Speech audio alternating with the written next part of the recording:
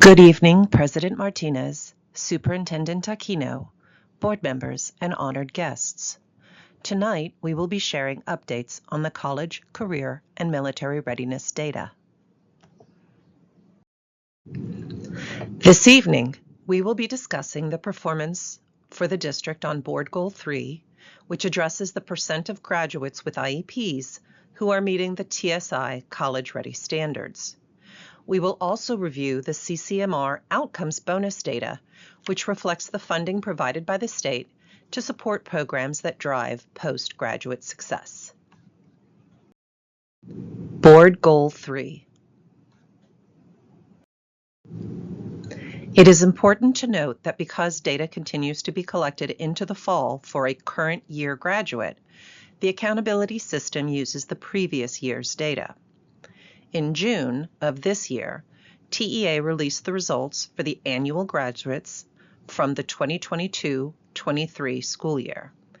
Based on this data, SAISD increased the percent of graduates with IEPs who met the TSI criteria up to 14%. This puts the district on track to meet our goal of 30% in 2027. For comparison, the district-wide percent for students meeting TSI for both reading and math was 40% for the 2022-23 graduates. On this slide, the first table provides an overview of TSI performance for students with IEPs by campus. In order to meet the TSI criteria, graduates with IEPs need to meet the College Ready standards on the SAT, ACT, or the TSI assessment, or they could complete and earn credit for a college prep course. Each student had to meet one of the measures for reading and one for math. The second table shows the distribution of graduates with IEPs by each of the possible criteria. Note that the counts may be duplicated as one student may have met the criteria on more than one measure. Counts in the first table reflect only the number of students who met both reading and math criteria on at least one measure.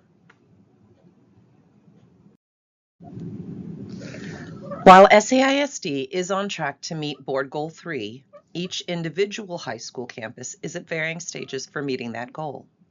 For the class of 2023, there were varying levels of participation of students with IEPs in the college preparation courses across high school campuses. Early data from the class of 2024 suggests that students are overly represented in college preparation courses to fulfill college readiness requirements. Our main goal for improving CCMR is to boost performance in college readiness on TSIA, SAT, and ACT exams.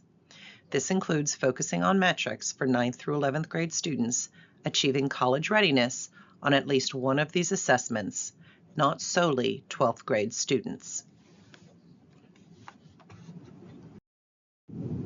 Additionally, we need to emphasize participation in school links for 3rd through 12th grade students to begin exploring college and career options. We need to develop strategies to support students with IEPs in college prep classes through classroom support, co-teaching, and specially designed instruction.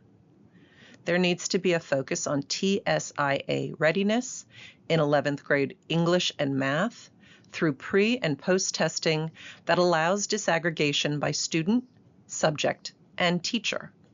And finally, we need to implement new procedures requiring TSI testing in grades 9 through 11 and required interventions before enrolling students in college preparation courses in 12th grade. CCMR Outcomes Bonus. The CCMR Outcomes Bonus provides funding to incentivize and reward innovation and achievement for districts who are demonstrating alignment to the state's goals. CCMR outcome bonuses are paid annually for the accomplishments of graduates above a certain percentage of threshold. Because of the need to collect data after graduation, this data runs 2 years behind. At this time, We have received information on the students who graduated in the 2021-22 school year. While the criteria is similar to that used in CCMR for accountability purposes, there are some significant differences. The TSI criteria for outcomes bonuses does not include college prep courses. In addition, to meet the college-ready criteria, students are required to enroll in a post-secondary setting immediately after graduation. There are 3 groups of students who are included in this process: economically disadvantaged, non-economically disadvantaged, and special education students. Please note that special education students can also be identified in the EcoDis and non-EcoDis groups. This slide provides a historical look at the bonuses received in the past few years. For each year, TEA determines how many annual graduates met one or more of the criteria: college ready, career ready, or military ready, and then provide funding based on the number of graduates in excess of the threshold for each group. There was a drop of just over $250,000 from 2021 to 2022. The data suggests that a focus on college prep courses may be partly responsible for this drop, as college prep courses are included in state accountability, but not in the methodology for outcome bonus.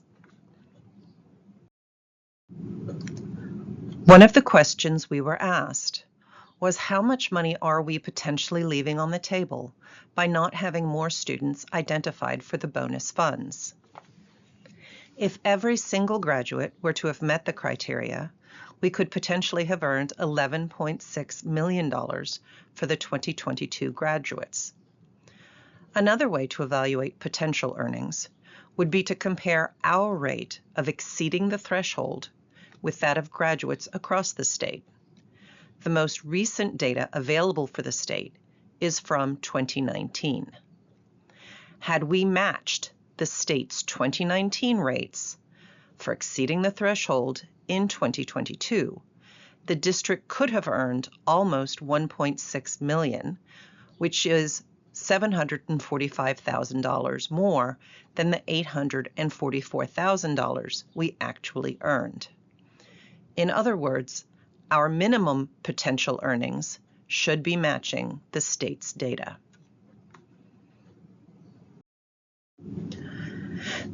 Next steps.